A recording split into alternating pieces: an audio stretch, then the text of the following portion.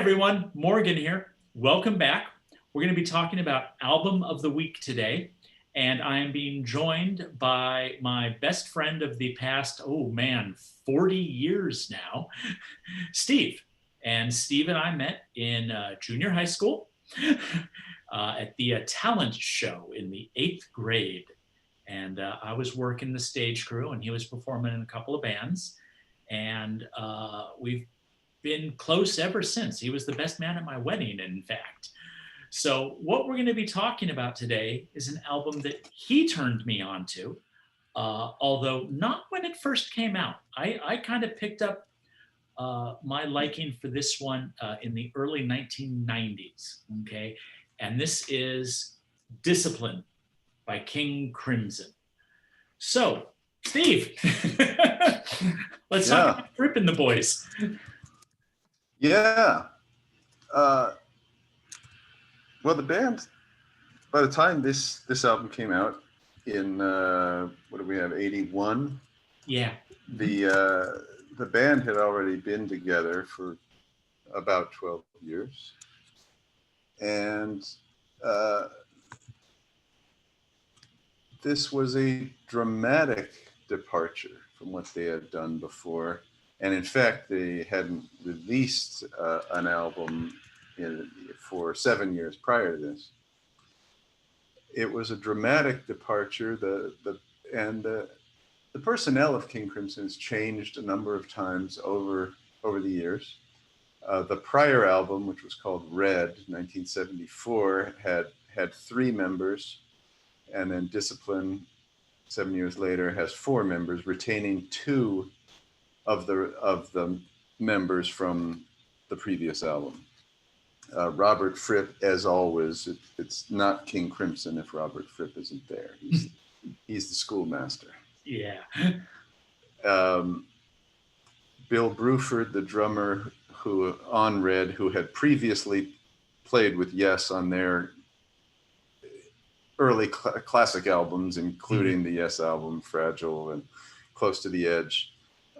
He had since joined forces with Crimson, so he was back for this new incarnation. You know, I've even heard that he said going into Crimson, after having been in Yes, was akin to going over the Berlin Wall, but into the East rather than out of the East. Yeah, there is a brilliant video of him describing life in King Crimson, which he clearly has immense respect for, despite the fact that it was a big challenge for him. And I think that's why he joined the band. I think he didn't feel he had done everything he wanted to do with Yes. He wasn't growing, he wasn't being challenged at that point, although he was proud of what he did prior to that. And so, in his quotes, which are available on the documentary Prog Rock Britannica, and also in more encapsulated excerpts on YouTube. He maybe we'll get into some of that later, but he has some gems and quotes. So John Wetton, who played bass and sang on the Red album, he wasn't invited back for the Discipline album. I don't know the story there, but well, in 7 years to form Asia at that point. Okay. And that was also some of the other cast-offs from Yes, like Bruford. They had Jeff Downes on keyboard, and Steve Howe on guitar, who had been in Yes previously. And then on drums, they had Carl Palmer from Emerson, Lake and Palmer. That's right. So that's a prog rock supergroup right there. So they added bassist Tony Levin. My main instrument is bass, and Tony Levin is one of my personal favorites.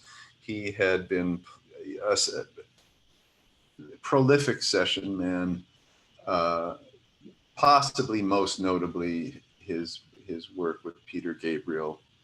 Before that it was a critical part of the Peter Gabriel solo era sound. So we had Tony Levin on bass and Chapman Stick. And then singing and playing guitar was Adrian Belew, who had worked with David Bowie. His voice is a remarkable departure from John Wetton or any of the previous vocalists for King Crimson. And I will confess, I didn't at first love his voice, and I didn't get it until I saw him perform. And then it made sense. Somehow I didn't have a sense of his personality, and it maybe didn't come through to me in the recordings until I saw him live, and I got a sense of his personality, and all of a sudden everything fell into place, which is kind of similar to how I feel about the poetry of Allen Ginsberg. If you just pick up Allen Ginsberg, you've never heard his voice. Who knows what you might think of it. But if you hear him read his poetry, it really gives you a sense of the man and where he's coming from that I don't think you can get just from the written page, even though there's an immense amount you can get out of the written page. Yeah, we have lists of recommended books we give the kids to read as a diversion from their schoolwork, and Ginsberg's on there. Nice. Nice. Worthy choice. So this new lineup, also a very new sound. If I had to it's hard to characterize because there are very few musical acts that sound like King Crimson, and there were even fewer at that time. In fact, there were approximately none at that time. Red was a pretty hard album. I mean, it was a hard rocking album. Nirvana said it was a big influence on them, especially Kurt Cobain, when he went into the guitar sounds for the Nevermind album. Oh, interesting. I did not know that. And then the Discipline era King Crimson was a huge influence on Primus, and some other acts that came after. So, but if I had to characterize it in just a few words, I would say mechanical. Yeah. And I think, but not mechanical in a sterile way, but mechanical in a way that maybe is implied by the name of the album, Discipline. It takes a lot of discipline to play the way they did. And there's a tagline. I don't know exactly where it originated or when in the band's history it originated, but I have it on a T-shirt for the Discipline album, which says "Discipline is a vehicle for joy." Okay. And that is a summary of the fact that if you pursue something with great passion and great discipline, the satisfaction and joy it can bring you is immense. Yeah. That's what he was getting at there. So I think it was a mechanical album, although there are there are a lot of style variation on the album, and some of it is very soulful. Yeah, one of the things that I've said to the students about it is, if you don't like the first song you hear on the album, just wait. It's going to change, because every song on that album is different. That is correct. And let's see. Let's take a look at some of the songs here. We've got Elephant Talk, a fairly mechanical, repetitive lick, or a number of them, that would take great skill to play. I imagine that playing it over and over again would get you into a mind frame.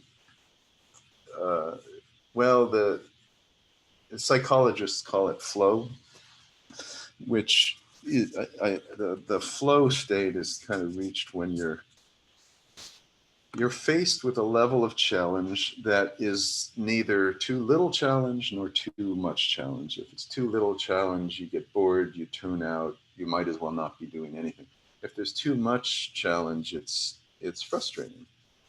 But if you're in the sweet spot, that's where you tend to hit flow. That's where the minutes and hours can go by and you don't even know it's going by. And I imagine you can do that any number of ways. You could do it playing basketball where you can't be worried about the outside world. You got to focus on what's going on. You could do it with social dancing, like swing dancing, where again you can't really focus on distractions. You got to zero in on what your partner is doing and all the micro adjustments that take. If you're doing equations for physics or chemistry, you have to focus. Or I'm a software engineer. When I get in the groove of software engineering, I have to tune out all distractions and I get in that flow state. And then I imagine playing a piece of music as complex as Elephant Talk would get you kind of into the same situation. So again, mechanical instrumental track, the vocal track, and I'm not sure I'm going to call it singing.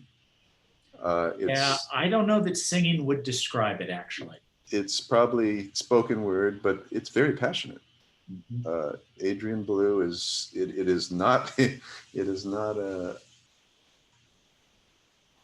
dispassionate monotone delivery. Well, Adrian is a pretty emotional guy. Yeah. And it's my understanding that he and Fripp met when Bowie recorded the Heroes album, because they both played on that.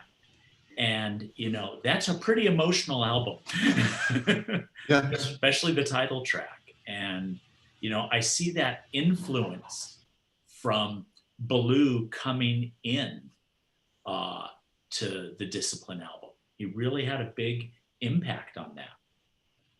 Yeah, his was a personality and an emotionality that wasn't there in the same way before.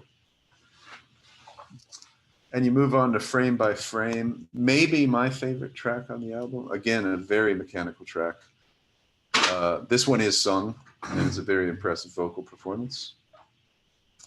Mate Kudasai, here's the soul. It's almost a slow blues, but I would call it a space age blues. Mm-hmm. Fantastic, soulful guitar playing and singing, not mechanical. And there was a lot of that in the early 80s. You could hear that even with one of Fripp's other albums, My Life in the Bush of Ghosts, which he did with Brian Eno.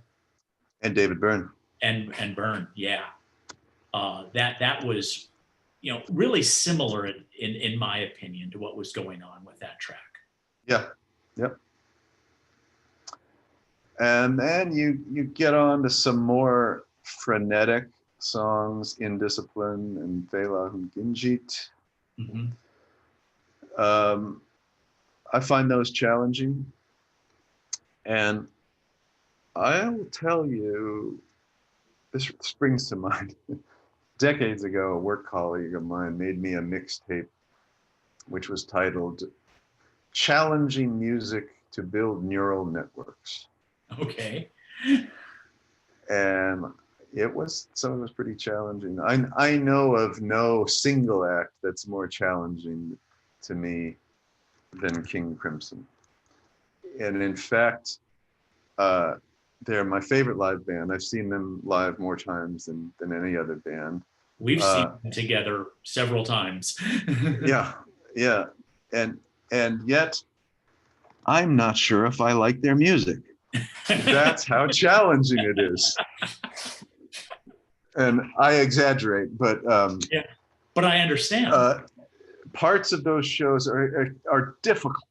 They're difficult, and they're challenging. But that's part of what a lot of composers strive for music, and you really hear more reference to it probably when you're studying classical music. the idea of building tension and release, which Beethoven was a master of that in his symphonies.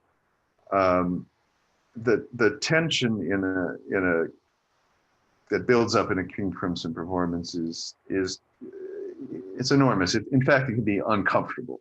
Mm-hmm. But then the release is that much more of a payoff. Now, the one thing that I've come to learn recently, I have all the same opinions about the band, and especially about Fripp. And he is the heart of all of this. And I've listened all the way back to the stuff from '69, and they did a Hyde Park concert back in those days, and with the Rolling Stones. Yeah, it was prog rock. Much more so than Yes or Genesis or Pink Floyd, any of those bands. And you get this idea about what Fripp must be like. But since the pandemic has started, he and his wife release a video every Sunday on YouTube called Robert and Toya's Sunday Lunch. He is the biggest old man grandpa sweetheart that you can possibly imagine. He features his pet rabbit in the videos. And the rabbit has run of this whole, I don't want to say it's an English castle, but it's definitely a manor house. And he gets up every day and puts on his coat, tie, and vest, and proper shoes for gardening. And you would never picture that he's such a sweetheart. You would think about somebody that was really, really intense, but he's not. He just writes his music that way, which confuses me even more.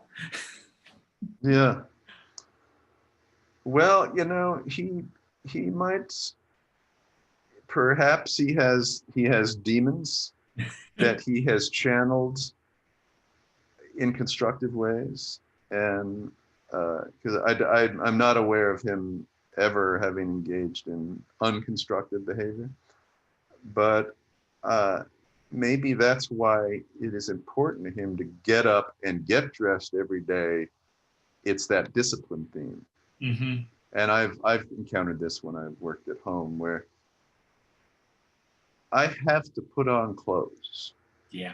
Can't work in my pajamas. Doesn't happen. Even if I'm only going to the living room, got to put on clothes. I can do my work. I'm still in shirt and tie and proper boots for teaching from home. Yep. Sometimes you just need to put on the armor to have the discipline to do it. Yeah. So he kind of comes across as a teddy bear and a stern taskmaster. He's an interesting, a unique figure. I don't know anyone else like him. Now let's talk just for a second about Tony Levin. Yeah. That is, I don't know that there is an equal to Tony Levin.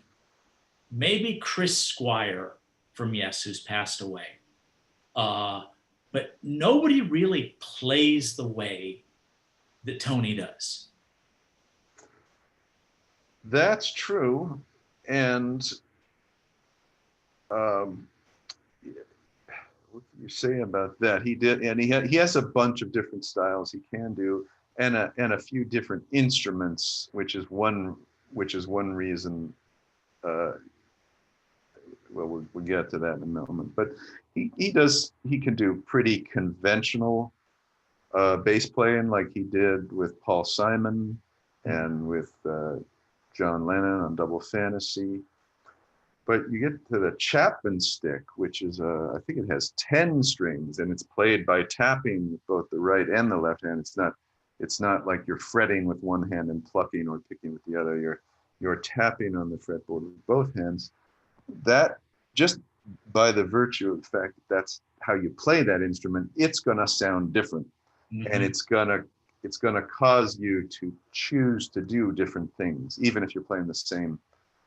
If you're making up a part for the same composition, you're going to choose to do different things because different things are possible. Yeah. So and there are very few Chapman stick players out there, especially in popular music. There's a similar instrument called a wall guitar, WAHL, is it? Which Trey Gunn, who joined a later incarnation of King Crimson, plays. Kind of similar sound, but there's not many people playing these instruments. No. So that's going to be a unique sound right there. And then he has these extensions he occasionally puts on his fingers when playing his conventional bass guitar, which he calls funk fingers, and they're basically mallets. He extends these two fingers to be mallets so he can hit the strings, and that produces a different kind of sound. And again, you're gonna choose to play different things that way. You'll hear, I don't know if you hear the funk fingers on Discipline. You do hear it on Three of a Perfect Pair. Yeah. One place you hear them really well, if you find it on YouTube, is he toured with Anderson, Buford, Wakeman, and Howe in 1989, who had all been in Yes. And he used them to play Heart of the Sunrise. Oh, wow. Wow. Yeah. And, you know, the kids can go out there and just look at ABWH and Heart of the Sunrise, but make sure it's one of the ones that where Tony Levin was playing. He left the tour after falling ill. He ate some bad sushi. We were at that tour when Jeff Berlin filled in for him, yes? At that, I actually had front row center seats for that with one of the teachers at my previous school. And we were just heartbroken that Levin was not playing that night. Yeah, me too. Me too. Jeff Berlin, very competent an extraordinary bass player, had done a lot of work with Bill Bruford prior to that. So that I believe was the connection there.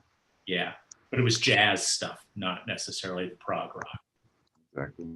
Yeah, so I think Levin really became this glue that brought the four of them together. I think you're right about that. And Levin remains of that quartet. Levin is the only one that is still playing in King Crimson with Robert Fripp today.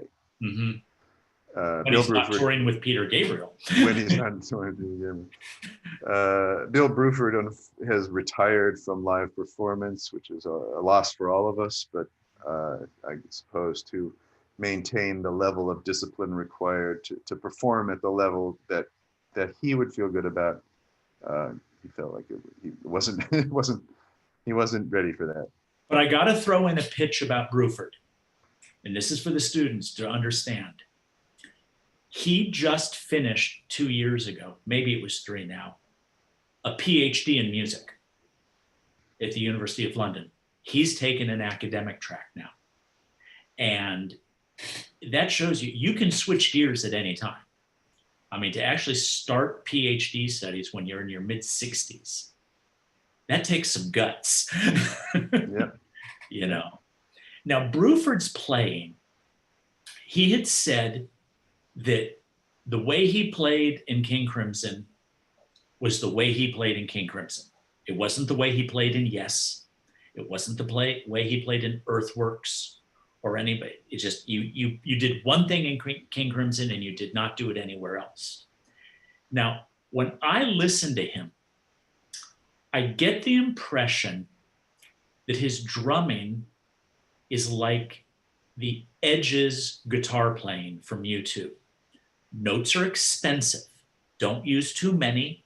Don't waste them. Don't play them too hard. Okay? Make them count. If you're going to play a note, get everything you can out of that one note. And that's not what I hear the drummers in King Crimson today do. And they've got 3 at the moment. Which is a mighty sight and sound to behold. Yeah. So it's that very light playing that is, I would assume, his jazz influence. And he did it with Yes. You can really hear it in Yes on the Fragile album. When you listen to, Alan White, who's the drummer in Yes Now playing, the styles, they're 2 different worlds. They are, yeah. The words when I think of King of Bruford, the word that comes to mind is finesse. Oh, good word. Finesse player all the way. Uh, he's a groove player. Alan White, who you compared him to, plays a lot of fills. Sometimes ridiculous fills, like on Instant Karma with John Lennon. There are fills leading to nothing. I mean, he's a great drummer. It's just a different thing. He's almost a lead drummer sometimes. Yeah. Bruford, a groove master, very much a steady groove, Hmm. uh, controlled, disciplined, subtle, and finesse. Yeah. Yeah. Now, the first time we went to see King Crimson together was 1995, and they had So two. that's at the Wiltern Theater, I That guess. was Yeah. the Wiltern. I love that room. A lot of my Beautiful room. students live near there. In fact, Yeah, one of my favorite rooms in the city. I really like it too. And they had two drummers on that tour, Mm-hmm. and the styles were so noticeably different and so beautifully interwoven. Yeah, yeah, You know, and that that just Bruford as the final of that four really just rounded it out perfectly. yeah. Three I albums: agree. Discipline, Beat, and Three of a Perfect Pair. I still haven't figured that name out. I'm working on it. I think some things up. Now, what I don't know, did you see them back in that era? I did not. Okay. First time I saw them was possibly the show you and I went to, 95 era. Hmm. Yeah, because I don't really remember any one of our friends talking about King Crimson back in that time period. Uh, we had Darren Morris, whose older brother had been a good or bad influence on him in the in getting him into prog rock. Um, that's maybe the only person I had Hmm. of our contemporaries who really was talking about them at that time, even though they had a pretty good hit with Discipline. Hmm. I mean Elephant Talk. Sorry. Yeah, those three albums did well, especially Beat. Beat did really well in the charts. It was a little more accessible, a little more pop oriented, maybe. And when we saw them, it did include the four Mhm. members from that trio of albums, augmented by two more. Drummer Pat Mastelotto, who continues to play with Crimson to this day, and Trey Gunn was uh, sort of the counterpart of Tony Levin, also playing a wall guitar which resembles a stick, a Chapman stick. Yeah. So I would tell these students that we're talking to, you need to put this one on and play it straight through. If there's one track you don't like, the next one's going to be different, really different. And it's going to be difficult. And sometimes repeated listenings of something that is difficult and challenging can be rewarding. Mm-hmm. Yeah, I have played this. I keep a copy in the classroom, Uh-huh. and I play it pretty regularly every year. I have even once played it during a final exam. And when everybody listens to it, and you listen to the track, uh, it's actually called In Discipline. Mm-hmm. There are some very quiet, reflective lines in there that are a little bizarre. And it's Adrian Belew basically mimicking things his wife had said about a painting that she had done, and it just it had this power. Kids were doing the lab work of the final exam, and then it got quiet, and then it got loud, quiet, and then it got loud. Yeah. Dynamics. Dynamics. That it's that tension and release. Dynamics for me are what separates a good performance from a great performance. Yeah. Okay. Well, thanks for joining us today. My pleasure. And we will have a few more of these albums that we should be talking about to get the kids turned on to them. Okay. Awesome. So this is Morgan. Thanks for joining us. I'll be signing off. Ollie, have a good day and go listen to Discipline by King Crimson. All right.